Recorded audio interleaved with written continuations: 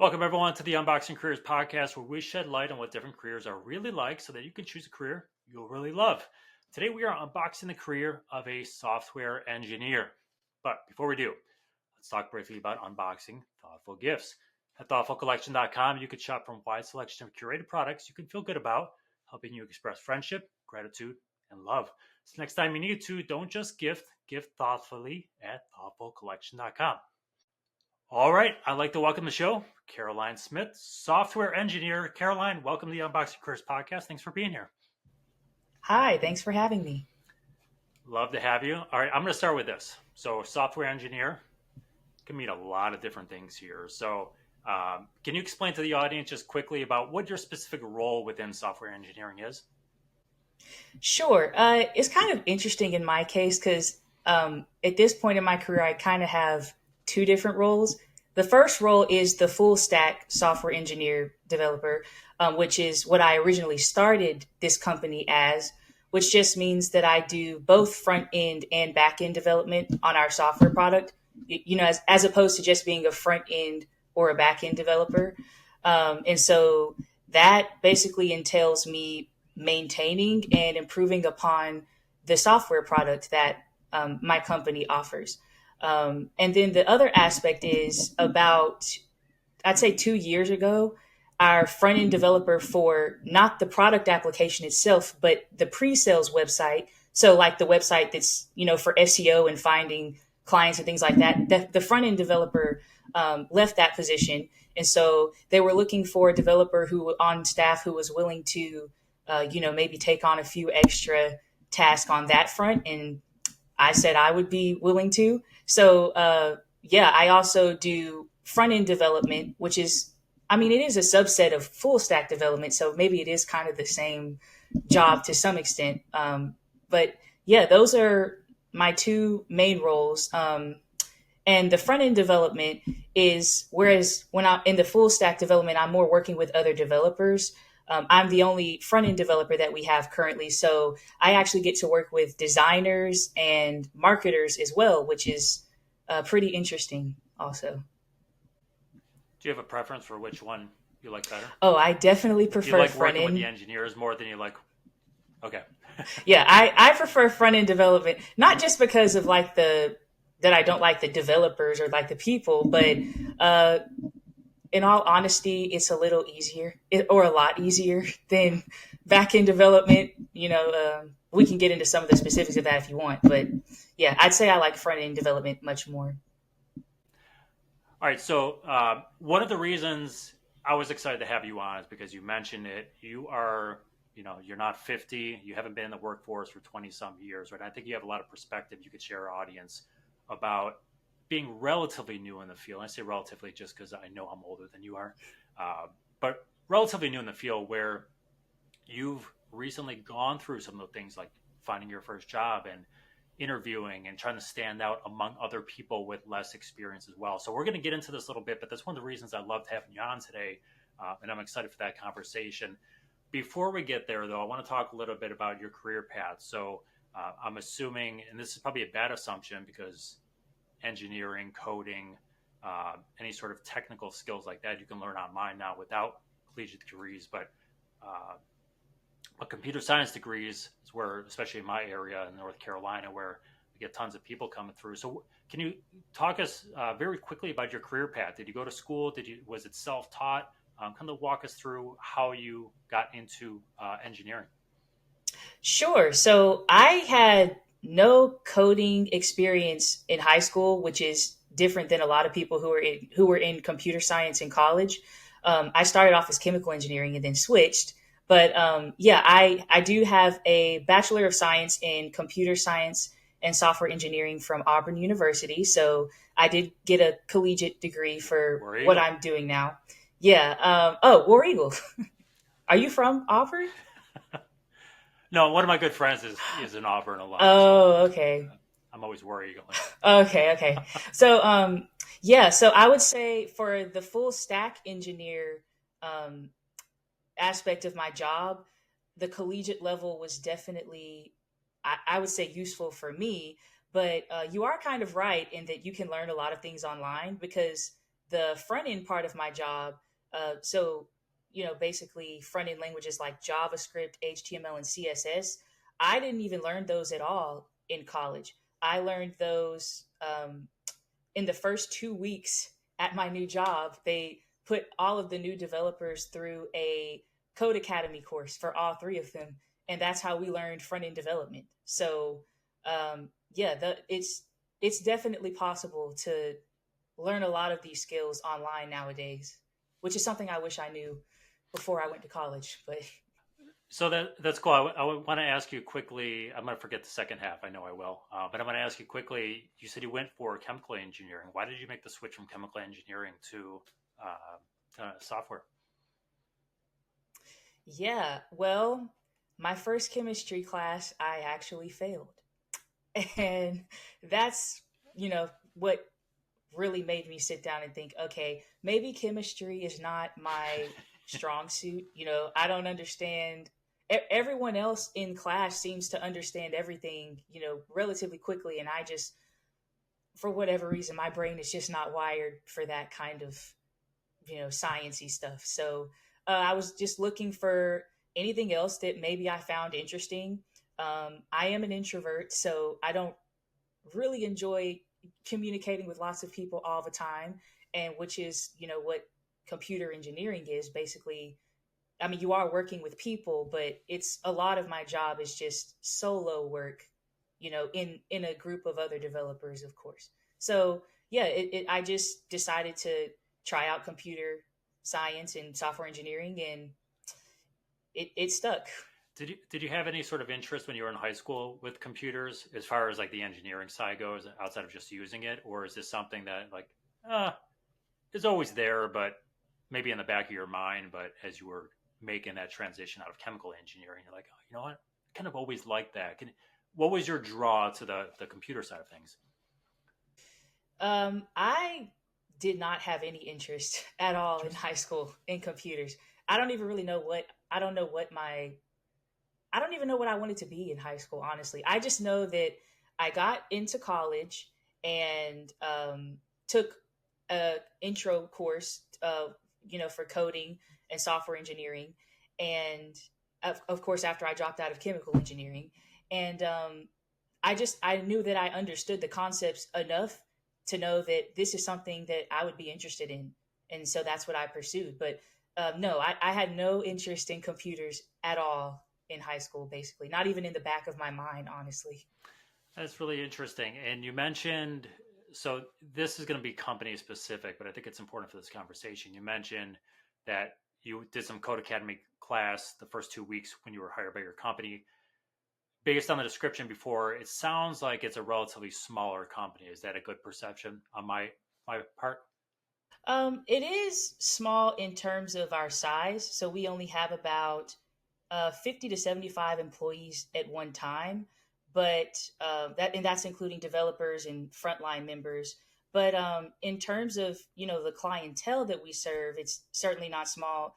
We have about 950,000 users of our product software currently. So yeah, it's small in terms of the size of the company. Yes. Okay. Yeah, and the reason I'm asking is a lot of technology companies, anywhere that doing software, right? There's always professional development budgets. You want to learn, you know, X, Y, Z, Python, JSON, whatever it is. You want to learn it. Usually, those employees will have the ability to do so. It was interesting that you said, "Hey, they put a few of us through boot camp the first 2 weeks, and they taught us, right?" So they kind of filled. Maybe they knew those skill sets would be really important. It's just a little bit, to me, it was a little bit surprising they would do it right away and get everyone kind of leveled up. But I think it's really cool that they did that. But it was interesting. Well, yeah. Also, probably they did that because in all of my college years, I never took a front end development coding course. It was all focused on like back end development languages like Java or C plus plus. So maybe they just knew that the university, which is Auburn University, it's literally right up the street from the company I work for. Okay. Maybe they just knew that that's not a common skill that we learned. JavaScript, HTML, and CSS. We pretty much only learned like back end coding, languages and syntax and things like that. So that could also be it. Yeah, yeah, really interesting. All right, you mentioned a little bit ago about kind of your not day to day, but you're like, hey, I work by myself a lot of times. But I do want to talk about your day to day a little bit. So it's okay if you're just kind of plugging away in front of a screen, but let's give the audience a little bit of a typical either day to day or like week to week for you. So how much of your time is working independently? How much is meeting with either other team members, departments, planning, research, really whatever it might be. Could you walk us through a little bit about what your typical week looks like? Sure. Typical week, I'd say about 70% of what I do is solo. Um, and then, the other 30% is slacking other more senior developers because we do have senior software engineers, two, or no, three, that we are, always asking questions to, and because they know everything. They've been here for like a decade or more. But yeah, most of it is just working on fixing bugs or adding new features to the software, um, and then also part of that 30% is meeting with the marketing team and our boss and CEO and vice president to show them, what we've been working on for that week. And also, I will say that a really important aspect of this job is to know how to communicate, not just with other developers, but communicate with people who don't know anything about developing, like anything about software engineering, because you're going to be working with a team of marketers, salespeople who are going to be looking at your new features. And it's important that in your meetings, you're able to focus on explaining more like concepts of what your solution offers or what it does, in terms that they can understand versus like using all the techie computer talk. So yeah. All right, so Caroline, tell me a little bit about what your work life balance is like. Is it pretty good? Challenging? How would you define your work life? Well, it's probably not the best, only because I work from home as of a year ago. So because my computer is always there and accessible, I do often find myself like working on things that I know need to be done by tomorrow's meeting and stuff like that. And also, there's the part that I have my own business outside of the company that I work for that I'm always doing work for. So yeah, if I'm being honest, it's not great. Very good. And let's give that business a plug real quick. So, can you give us the name of that? Yeah, so it's called The Introverted Misfit, and I started it about 9 months ago. The idea is to help people who are struggling with social anxiety, social awkwardness, and generally communication skills deficits, helping them to cultivate better relationships by improving their social and communication skills. And that's because I pretty much from the ages of like middle school all the way up until my early adulthood, I was, uh, pretty severely socially anxious because of my social skills deficits. And so, yeah, that's really what inspired me to start that business. Very cool. Help people improve their personal and professional I lives. love it. It's great. It's great. It's exactly what you want, right? The people need to develop skills, especially, I have friends who have tough anxiety. So these are things that learning how to cope with it and, before it manifests itself when you're older, I think is really cool. So congratulations for that. Let's shift to high school real quick. So if we are advising people who are currently in high school who think they either may want a career in this field, maybe they know they absolutely want a career in this field, or just dabbling with it, right? Maybe there's something they're interested in, but they're like, maybe it's there. What advice would you offer them? And this could be in terms of a skill set to either learn or sharpen. It could be whether it's too early or not to reach out to people, or just something else altogether, like maybe a class that you wouldn't think appeals or would it help them later in life that they offer in high school. And you look back and you're like, oh man, it would have been cool if I would have done that. What advice would you offer to those high school students right now?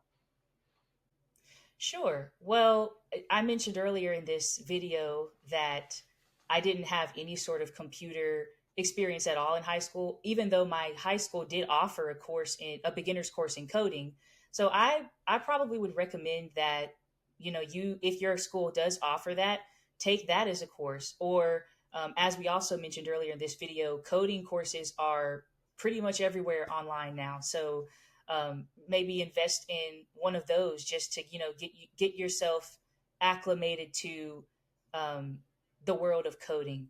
And I would also say a really important skill that I don't think you have to do, or you don't have to do specifically coding in high school to develop this skill. It could be other things that can teach you this, but really learning how to think like a developer, which is to say, learning how to think about implementing long term solutions to things rather than short term solutions. So, what I found in my almost 4 years of being a professional software engineer is that there's a lot of shortcuts that you can take as a developer.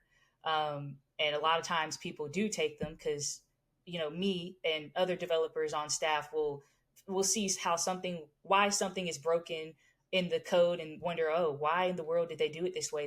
They should have done it this way so that we didn't have to deal with this problem. So really thinking about solutions that will help in the long term rather than short term solutions that may seem like a good idea now, but will not be in 2 or 5 or 10 years down the road when another developer has to, basically undo all of this uh, work that could have been, prevented in the beginning. Is there are there any things that you did specifically that you can think of to try to learn that long-term thinking skill? Because I think for some things it's natural, right? You're like, well, this extreme example, but like, hey, if I break my arm really bad, I might have long-term problems with like pain and stuff like that. But you're not really thinking about that, right? It's an obvious thing. It might be, if you change a line of code here to fix a color or something over here, right? Is that just one random line of code, string of code that, like you said, 5, 10 years down the road, they're redoing something. They're like, why is this not working? Like, it's just this random string sitting there. So how are there really things you can do, or maybe something you did specifically where it helps your brain kind of think that long term in more of an abstract way versus something concrete, like, if my arm's broken, I'm going to have long term problems there. Does that make sense the way I framed it? Yeah, I think so. I'm trying to think of an education related thing. Does it have to be? Can it be like a No, absolutely personal not. Like, issue that maybe taught me? no, Okay. no, absolutely not. Um, well, I would say in high school, I struggled pretty severely with weight issues. And it was because of my poor eating habits as a high schooler. Um, Basically, like snacking all day, eating a lot of stuff after I got home from school, even before my mom had time to cook dinner and stuff like that. Um, and yeah, it was already starting to cause some pretty severe health um, consequences early on in my life.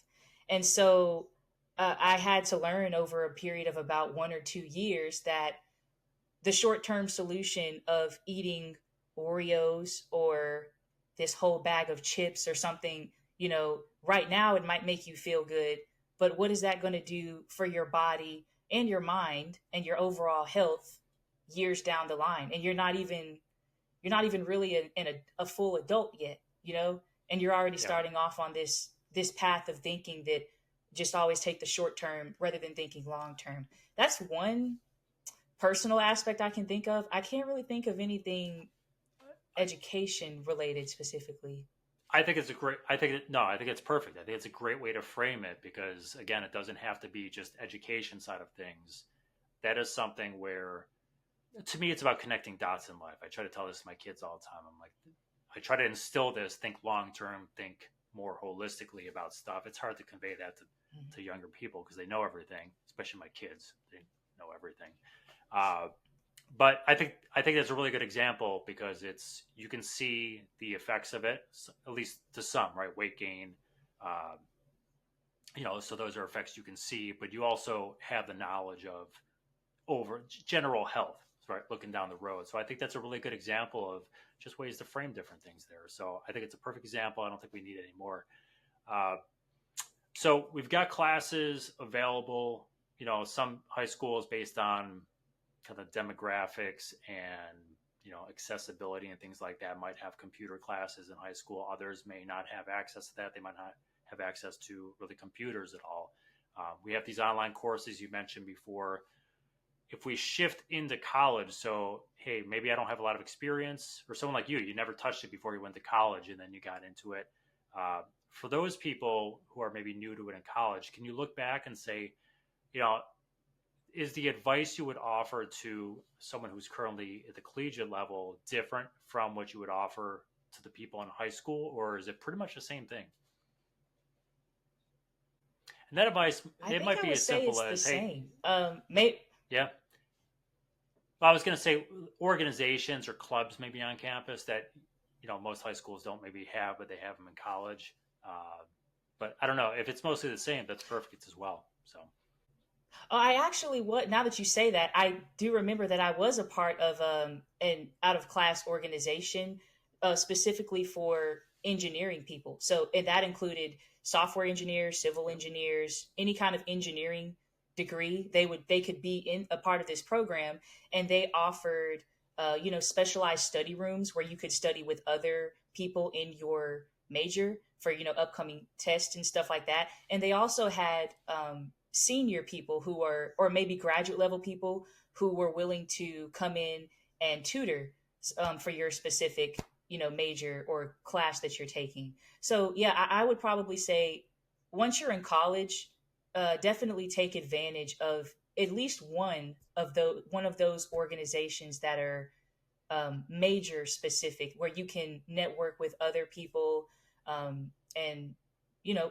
get help from people who may know more than you. You don't know everything, and nothing in life is meant to be done completely alone. You're always going to need advice or help from someone. So that's probably the advice I would give to collegiate level people, is to get involved. awesome. All right, let's shift to the new workforce. So it's the age old dilemma, any career, whatever you talk about. How do you, like, to get a job, right? They always want people with experience, mostly. Tough to get experience unless you have experience. I think there's some jobs that are easier than others, right? You could do freelance stuff as a uh, coding, graphic design. There's certain things where you can do freelance in high school, college, things like that to get a little bit of a portfolio. Uh, but you're still competing with other people, maybe in the same boat. 50 resumes go in front of someone.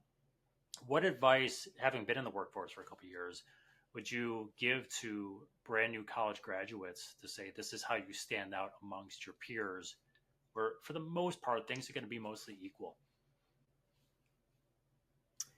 I would say definitely use the projects that you'll be doing in your class, like for your class assignments. Use those as portfolio, or projects that you can put on your portfolio, and do a good job at them. In fact, when I interviewed for the job that I had now, that's pretty much all the experience that I had. But it just turned out that they were detailed enough projects that I could explain those types of coding concepts to them, um, and also have them something to point towards that they can look at and say, "Hey, she knows what she's talking about." I remember one question in the interview for the job that I currently have. Um, One of the people interviewing asked me, "What all coding languages do you know?" And at that point, I kind of froze because I only knew one.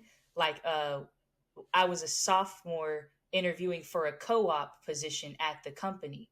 And so I only knew one, and I was honest about that, but I just said with confidence that, I only know one, but I know the ins and outs of this language enough, and the concepts of software engineering enough to know that if I had to learn one or two other languages, I know that I could apply those skill sets that I learned in those projects and those classes, and in those that one coding language. I know I could apply those to another one And, learning the syntax, that's just, an extra part that I have to learn.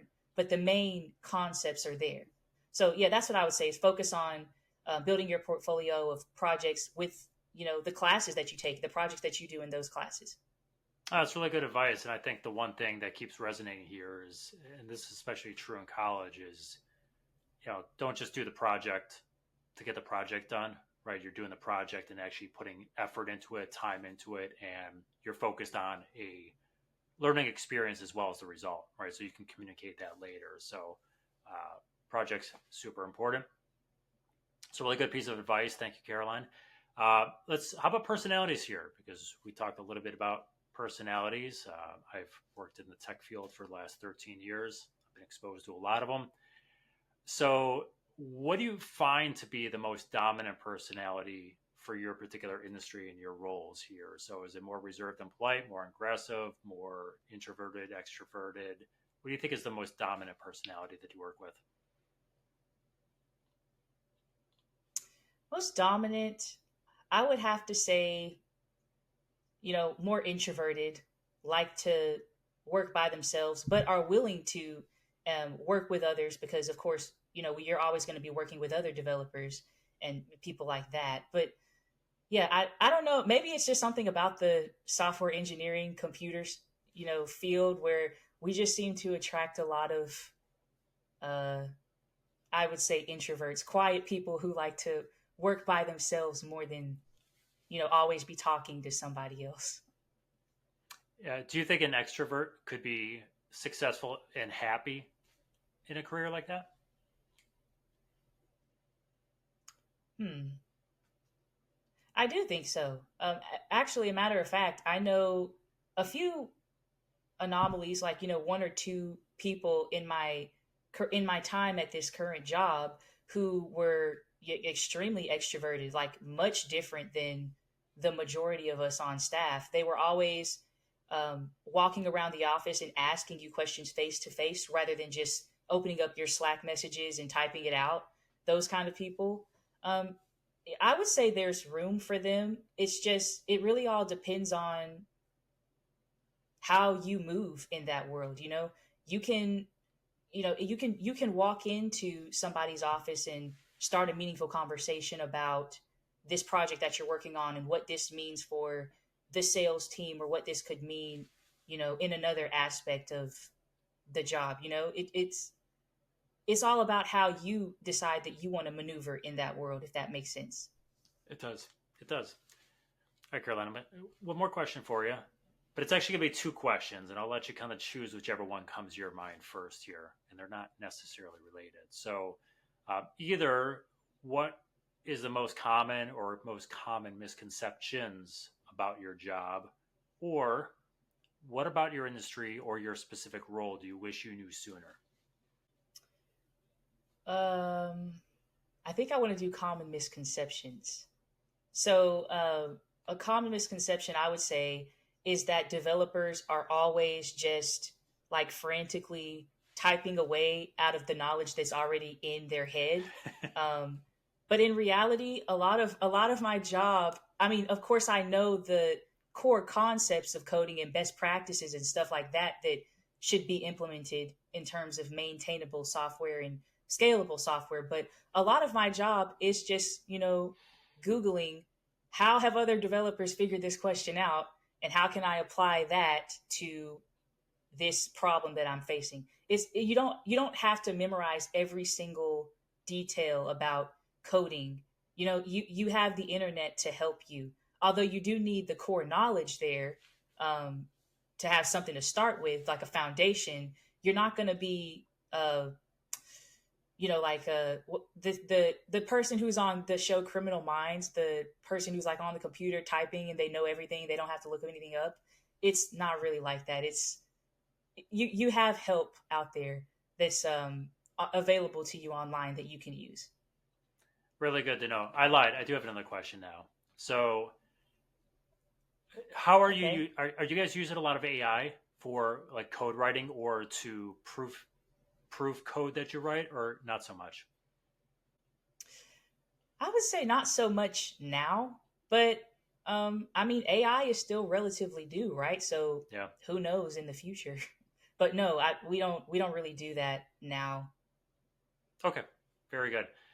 All right. My final question has nothing to do with your career, per se. So if I remove you from your current career, you can't choose it, and that includes your side business as well. And you had to choose a different career you would do.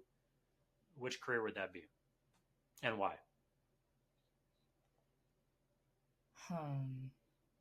I would have to say some sort of career where I can like be outside and grow stuff because I'm actually a big gardener. I know maybe it's another common misconception about computer people is that we always like to be inside away from the sun and the elements, but I actually love being outside. My whole family is like country folk. They're from the middle of nowhere. They grow all of the stuff that they eat, and that's how I grew up in my childhood. If I could do something where I could be outside more, I would. I don't know what career that would be, but I would do that So my definitely. wife said gardener, so that it seems right up the alley. Yeah, gardener. Yeah, there you go. Right. Wonderful. Hi, Caroline. Thank you for your time today. So, Caroline Smith, everyone, software engineer, founder of the Introverted Misfit. To find out more about what Caroline, I see I'm in Carolina and I can't get this right. To find out more about what Caroline is up to, please check out the description or the show notes, however you're consuming the podcast. I hope you enjoyed today's episode, learned something. If you would like to unbox your career with us, we'd love to have you. Please visit unboxingcareerspodcast.com to find out more. And until next time, keep unboxing your dreams.